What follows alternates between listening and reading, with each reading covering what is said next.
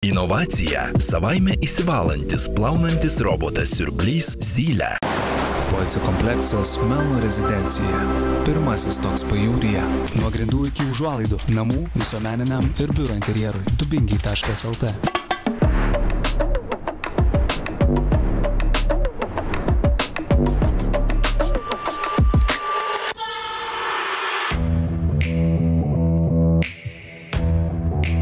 Sveiki, būsto anatomijos žiūrovai. Šiandien esame Palangoje. Šiandien jūsų dėmesį į du objektai čia, šiame mieste. Pradedame nuo pirmojo objekto, tai yra individualus butas, kurio interjeru pasirūpino Matų studija. Keliaujame į vidų.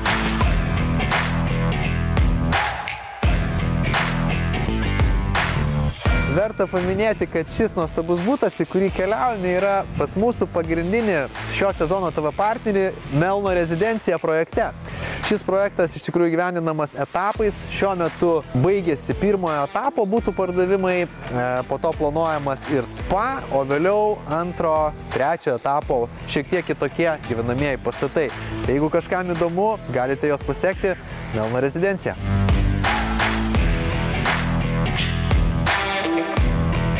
Labas, Viktorija. Labas, Jurai. Esame šiandieną čia Palangoje jūsų naujajame projekte. Koks tai objektas? Tai yra butas Vytauto gatvėje, kurio kvadratūra yra 68 kvadratiniai metrai ir jisai yra su 3 miegamaisiais, plus svetainė, per 2 aukštus, su didelė ir gražią terasą.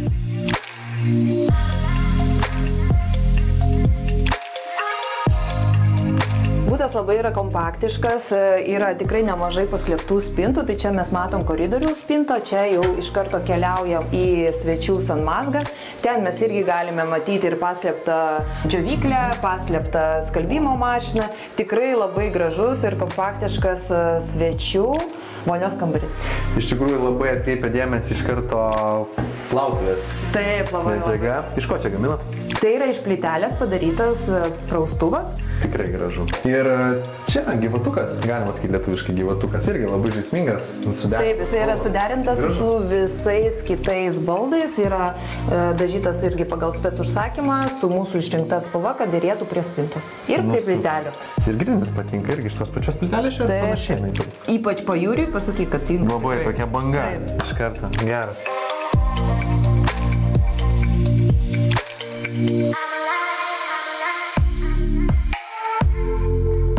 Tai čia turim tokią kaip sankryžą, ar ne?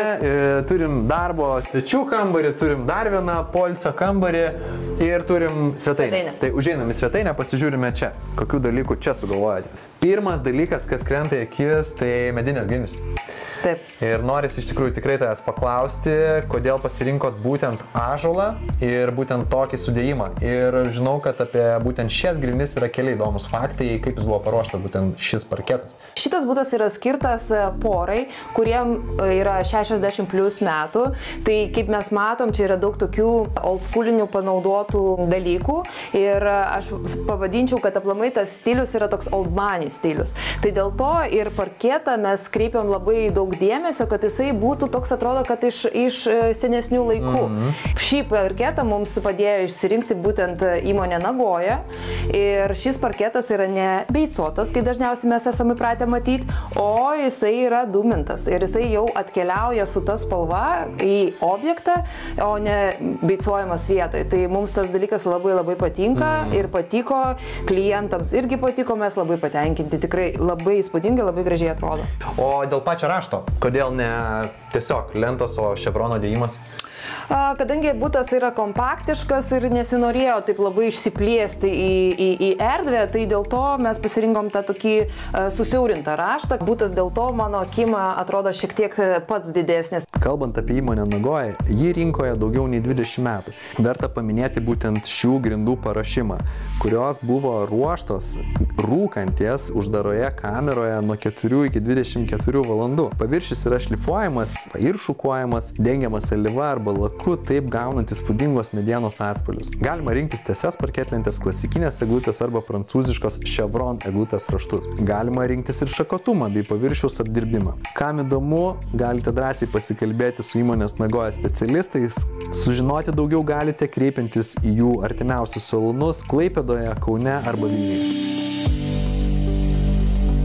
paviršys yra iš natūralaus akmens, tai yra granitas ir tai yra, akmens pavadinimas yra Amara, primena tokį old schoolinį vaizdą ir iš tikrųjų galima pamatyti ir senuose objektuose šitą akmenį, tai viskasgi grįžta atgal į madą, tai mes jį labai vertinam ir labai mėgstam.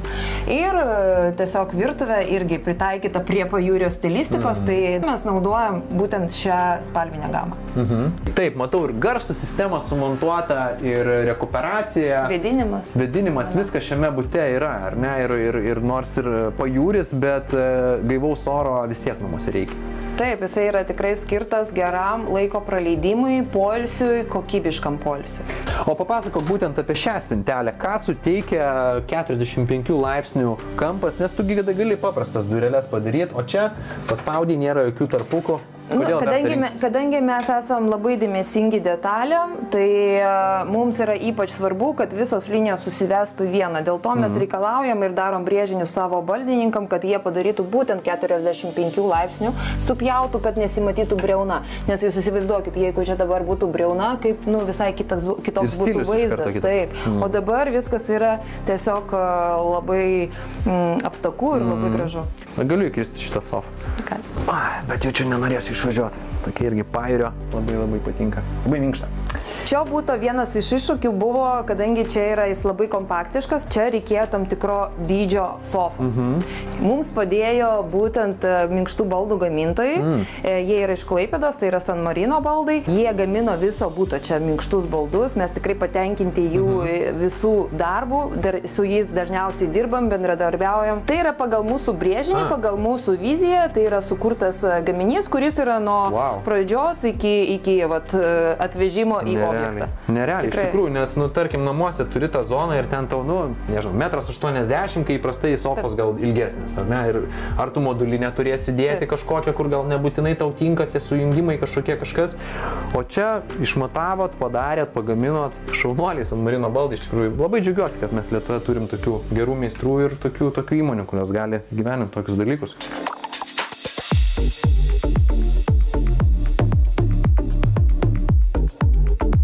Čia užeisim trumpam pasižiūrėti į vieną iš miegamųjų ar svečių kambarių. Papasakok. Matau toks ir kažkiek printas, ne? Kaip tapetas? Čia yra tapetas, irgi užsakytas pagal mūsų spec užsakymą. Vėlgi matom lovą San Marinų gamintą. Manau, kad svečiams tikrai labai draugiškas kambarys ir čia tiesiog norisi būti.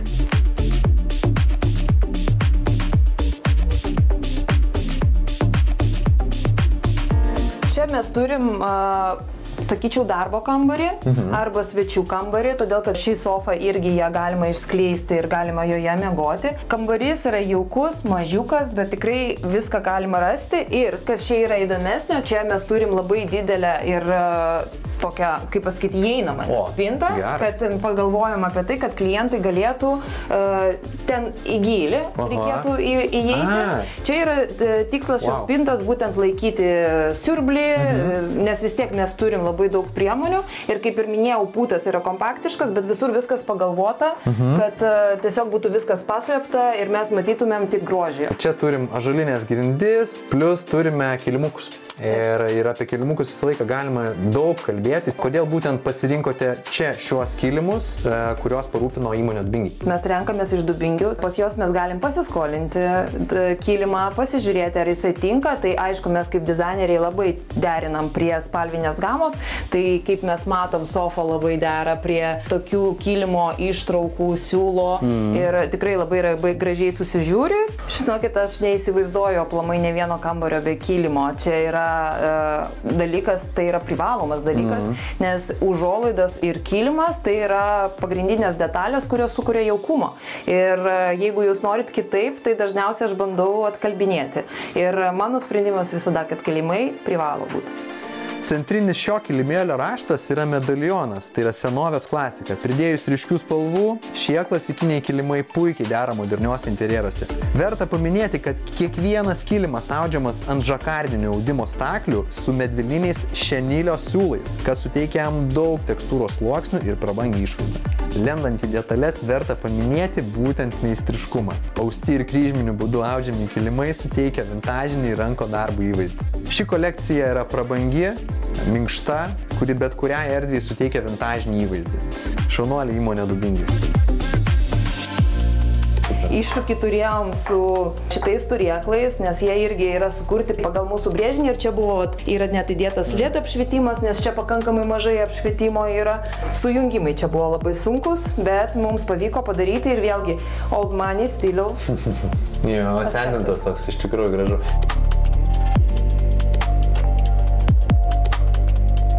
Na ką, ir užlipame čia į viršutinį aukštą, kol šiame Melno rezidencijos projekte būtai turi nuostabes terasas. Iš tikrųjų, vasarą jausmas jaučiasi ir besiplevėsuojančiose užuolaidose. Papasakok apie šį miegamąjį. Kas čia yra padaryta? Čia yra vėlgi sukurti baldai ir pagaminti pagal individualų užsakymą.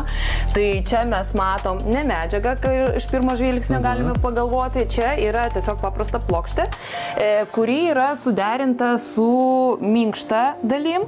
Man iš tikrųjų labai patinka, kaip suderintos medžiagos, visą tai minkšta, norisi ilsėtis, prisiliesti, ta galva kažkaip irgi patogiai atsirems.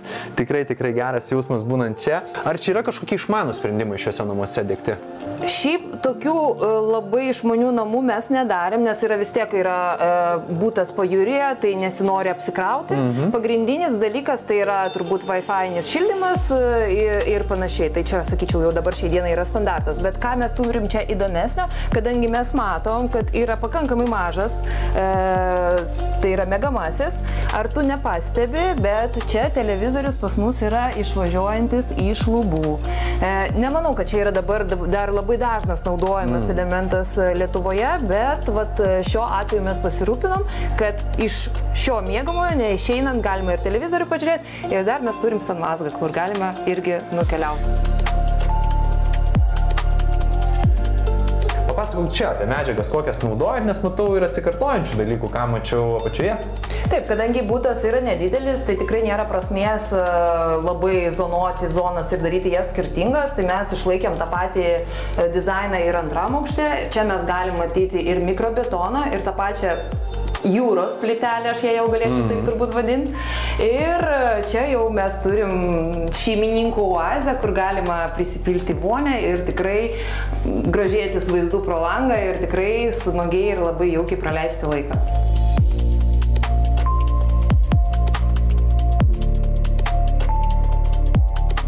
Na ką, ir ateinam į terasą, kur vyksta gyvenimas. Gali būti gultai, gali būti, nežinau, grilius, jeigu tai leidžia. Džakuzi čia bus statyti. Džakuzi? Wow, nu iš tikrųjų, nuostabu. Ką tau reiškia pačiai, Viktorija, šis projektas ir visai Matų studijo komandai? Nes tu pati esi palangiškė ir labai aš apskritai džiaugiuosi, kada žmonės kuria savo mieste, tiek architektai, tiek interjero dizaineriai, kurie kuria gražius dalykus ir kurie lieka. Ką reiškia šis projektas Matų studijo? Man šis projektas tikrai labai patinka, nes jisai atitinka ir mano skonį, nes pati tikrai su mielu noru čia gyvenčiau ir būčiau. Tai ir labai didelis ačiū savo klientam, kad, žinokit, jie mums davė pasireikšti kiekvienam kampelėje. Tikrai mūsų pasitikėjo visų 100%, kas yra reta. Ir dėl to ir pavyko sukurti tokį konceptą, kokį jūs dabar matot. Ačiū tau, neblėstančio kūrybiškumo, o mes su žiūrovais keliausim į trumpą reklamą, kur vėl susitiksim ir parodysime kitą projektą. Antrasis objektas – naujasis boulingo centras Palangoje.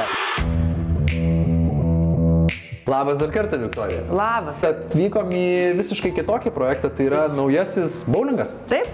Tai Viktorija, papasakok apie šį projektą, ką jūs čia atlikot ir koks pagrindinis buvo uždavinys. Mes atlikom čia visą pilną dizainą. Aš pavadinčiau šį projektą tikrai nestandartinio, nes aš manau, kad jis yra tikrai išskirtinis Lietuvoje, nes čia mes matom nebūdingą Lietuvoje daug spalvų. Kokia buvo pagrindinė užduotis jum kaip dizaineriam šiame projekte? Tai pagrindinis, aišku, dalykas tai buvo išplanuoti erdvę, nes čia buvo 650 kvadratinių metrų tiesiog bendro ploto ir mums reikėjo čia sutalpinti 3 erdvės. Tai pirma erdvė tai yra kavinės zona. Kur ir esame, ne? Taip, kur ir esam. Tada antra zona tai būtų bowlingo zona. Ir trečia zona tai yra vaikams skirta zona, kur vaikai galėtų leisti jau savo laiką. Kai aš atvykau čia, tai čia buvo tiesiog dar palikti prekystaliai, buvo visiškai negraži zona. Ir aš pradžiai net šiek tiek išsigandau ir galvojau, kaip mes čia viską sutvarkysim, kaip mes čia viską padarysim. Bet kaip jūs matot, mums puikiai pavyko. Nuo pirmo vizito jūsų čia iki šiandien esam gegužės mėnesį čia. Taip. Kiek praėjo laiko? Sakyčiau, kad apie metus, gal 9 mėnesiai, labai greitai, labai pasisekė su užsakovais, nes mes kartu su užsakovais sudarėm labai gerą komandą. Tai labai greitai net negalėjau patikėti, kad taip viskas greitai vyks. Pagrindiniai 2 iššūkiai, tai pirmas yra kavinėje nėra langų, kaip jūs matote, ir mums reikėjo sugalvoti kažkokį srautą šviesos, kad būtų, ir kad būtų vis tiek jauku. Ir antras iššūkis tai lubos. Labai žemos lubos, tai visą laiką pasakysiu savo būsimiem užsakovam, nesigazdinkit, kad lubos yra ne baltos, jos kaip tik, kaip jūs matot, suteikia daugiau erdvės pojūtį. Šioje erdvėje dar turim ir kažkokią uždarą patalpą, papasakok daugiau, kas tai yra. Tai yra VIP zona ir ją galima išsinuomoti atskirai. Čia galima švęsti ir gimtadienius, galima daryti ir organizuoti, kaip pavyzdys, mafijos žaidimus. Ir visiškai atskirti. Ir čia leisti laiką jums niekas netrukdys, jūs galėsite būti tiesiog vieni. Papasakok apie medžiagas, kiek čia buvo skirta dėmesio, baldai, grindis, dėvėjimasis, šie visi aspektai. Čia buvo toks nestandartinis irgi mūsų sprendimas, bet jau tikrai ne pirmas. Mes beveik visus baldus pirkom jau panaudotus. Tai yra, visi baldai buvo prikelti antram gyvenimui, visos sofos, visos matomos kėdės, stalai. Tai vat kėdės visas buvo iš naujai tiesiog aptrauktas su nauja medžiaga ir mums padėjo mūsų pastovus tiekėjas ir minkštų baldų gamintojas, tai yra San Marino baldai. Šaunuoliai, San Marino baldai, iš tikrųjų pakankamai nauja įmonė, bet kiek esam su tavim irgi kalbėję, į terminus aiškiai pataiko, taip. Viskas tai, kaip susitars. Ir iš tikrųjų, tas yra dalykas, atkelti daiktus vėlgi naujam gyvenimui, tai yra tvaru ir siektina. Tai smagu, kad ir šiame projekte būtent tai ir vyksta. Pagrindė visi baldai yra prikelti antram gyvenimui, netgi bowlingas pats yra irgi prikeltas antram gyvenimui. Stalus, kaip mes matom, jie irgi yra seni, ant viršaus tiesiog yra užklijuota plytelė ir mes matom visai kitą dizainą ir tikrai galima naudoti ir įspūdingai atrodo. Man iš tikrųjų labai patinka šitos žaismingos kėdės, kur irgi prikeltos naujam gyvenimui. Taip. Ir papasakok apie jas, nes San Marino baldai pasirūpino ir šitų kėdžių būtent antrų gyvenimų. Taip, ir čia mes matom, čia yra spauda ant medžiagos, būtent ant veliūro. Mūsų pirminis ir buvo sumanimas, kad mūsų kai kurie baldai turėtų būti diržuoti, nes būtent šitas raštas man pačiai asmeniškai patinka. Tai neradom tinkamos medžiagos, bet suradom sprendimą ir čia yra padaryta spauda, kur tikrai nepasakysi, kad čia yra spauda ir užsakyta pagal mūsų trafaretą. Kokia pagrindinė buvo baro domino šitą idėją? Paminėjai domino, tai iš tikrųjų būtent ir dabar užsakovai ir panaudojo mūsų pirminę idėją ir dabar tai yra būtent šio baro pavadinimas. Tai yra geras dalykas, nes mes tai sugalvojom, o jau nuėjo procesas toliau. Šio baro idėja buvo tokia, kad jisai būtų epicentras visos kavinės ir kad kai tu įeini, iš karto pamatai kažko nestandartinio, kažko faino. Tai matot, čia yra panaudota labai skirtingų medžiagų. Ir plytelės, ir stiklo blokeliai, kurie taip santūriai, kaip sakant, bet tikrai matomai. Čia keliaujant labai man patiko vienas dar dalykas. Tokias, žinai, kaip kolonų laikančiosios, neva, ne tas metalas, bet čia yra tiesiog dar padaryta papildomai kažkokia medžiaga, kažkokia gipsas. Taip, pradinė mūsų mintis buvo būtent palikti tas senasias kolonas, kurios buvo pradžioj, tai yra nuo pirminio pastato gyvenimo, bet dėja čia reikėjo išvesti visas komunikacijas ir dėl to reikėjo apsiūti su gipsu. Tai vis tiek mes kaip sakant, sužaidėm jau truputėlį kitaip ir padarėm truputėlį kitokį sprendimą, bet nemanau, kad blogesnį. Grindis vėlgi čia kaip kažkoks linoleumas. Kadangi vis tiek, kaip pasakyti, patalpos yra komercinės, tai dažniausiai visi verslai taupo ir mums buvo užduotis surasti nebrangę dangą. Vat mes suradom tokį sprendimą ir jų yra įvairių ir labai skirtingų ir aš manau, kad tikrai labai gerai atrodo, gerai plaunasi ir labai praktiškai. Šiomis atspariomis ir praktiškomis grindimis šią boulingo centre pasirūpinom vieni iš mūsų pagrindinių laidos partnerių įmonė Dubingiai. Šaunuoju. Gerai, tai ką, apsižiūrėjom restoraną, apsižiūrėjom VIP erdvę, o dabar einam, kur vyksta nemažiau veiksmo, tai yra boulingo erdvė. Taip.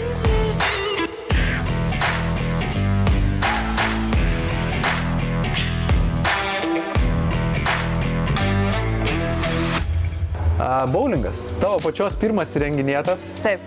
Kiek apskritai buvo kreipta dėmesio renkant iš tas patalpas savininkam į tai, kiek galima čia sutalpinti boulingo takelių, nes turbūt čia yra pagrindinis verslas, ar ne? Kiek takelių, kiek užkrovimo, kaip sakyti, užimtumo ar ne yra ir visą tai generuoja pagrindinės turbūt pajamas. Taip. Tai viskas ir prasidėjo būtent nuo šitų takelių, kaip aš ir minėjau prieš tai, kad netgi boulingas yra prikeltas antram gyvenimui ir jisai jau buvo naudotas, man atrodo, kažkur. Šitas dangos, ne? Taip, kažkur Vokietijoje, netgi matom, kad jis truputėlį toks oldschoolinis, man labai patinka jo spalva. Geras jausmas, tai netrodo, kad čia jau gali, žinai, kurį laiką veikia, bet to pačiu tai tokį iškart dar tą duoda emociją tokia. Tai va, tai viskas nuo to ir prasidėjo, mes gavom užsakymą, gavom pradžiai išmatavimą būtent visų tų takelių, nuo to prasidėjo mūsų patalpų planavimas. Suplanavom boulingą ir toliau keliavom į kitus plotus, tai kaip atrodys kavinė, kaip atrodys vaikų kambarys.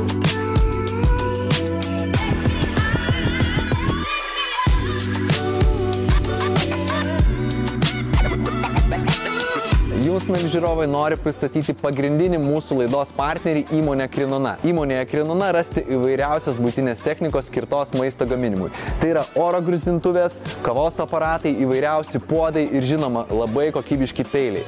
Na, o ekrano apačioje matote ir nuolaidos kodą, kuris skirtas būtent šiai visai produkcijai. Taigi, kodėl jo nepasinaudojus?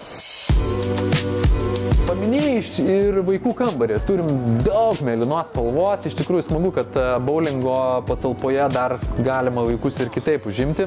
Papasako. Tai pas mumis boulingas yra tamsios rudos spalvos, pas mumis kavinė yra tokia aviečių spalvos ir vaikų kambarys yra dangaus žydros spalvos. Vėlgi, visiškai yra monochrominis ir lubas mes vėlgi matom, kad yra būtent tos pačios spalvos. Tai vat mintis buvo tokia, kad vaikai akcentuotų savo dėmesį į žaislus atskirai, o visur būtų toks kaip sulietas vaizdas.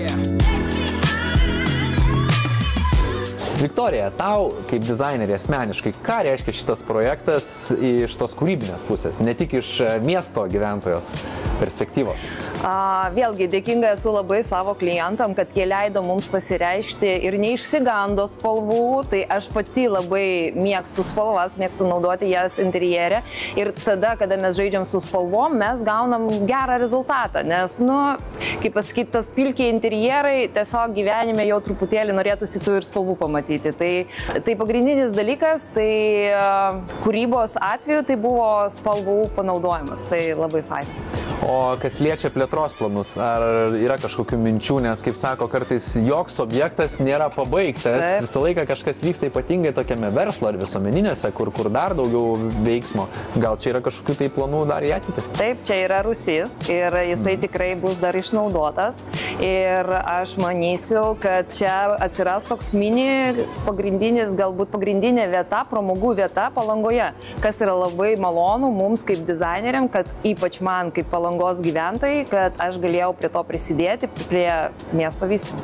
Viktorija, ačiū tau, šaunus tavo ir tavo komandos iš Matų studijos darbas. Labai džiaugiuosi, kad Palangoje irgi atsiranda įdomių projektų, kur veiksmo netruks, manau, ištisus metus. Kuo tokių daugiau, tuo noro būti ir čia, ir kitose miestuose yra daugiau.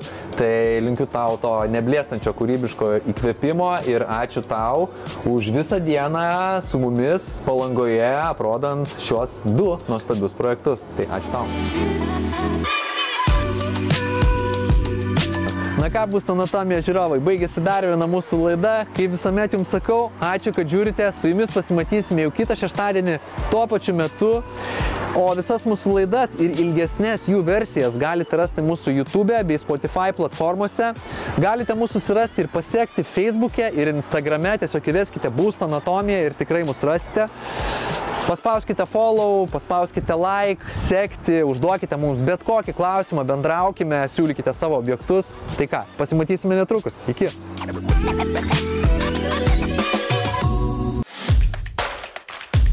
Į pavasario Būsto anatomijos keliones leidžiamės su šiuo naujoju ryškiu Volkswagen Tiguan modeliu, kurį mums pristatė Volkswagen Lietuva. Naujasis trečios kartos Volkswagen Tiguan tai vienas populiariausių Volkswagen modelių. Šį naują Tiguan galime įsigyti su švelniu hibridiniu benzininiu varikliu, dizeliniu varikliu arba e-hybrid varikliu. Tai yra iš tinklo įkraunamu hibridiniu, kuris vieną įkrovą gali įveikti net 120 km. Taigi, jeigu norite patys išbandyti šį naują Tiguan ar kitą Volkswagen modelį, informaciją, kaip tai padaryti, rasite čia. Inovacija – savaime įsivalantis, plaunantis robotas siurblys Zylė. Poilsio kompleksas Melno rezidencija. Pirmasis toks pajūryje. Nuo grindų iki užuolaidų. Namų, visuomeniniam ir biuro interjerui. Dubingiai.lt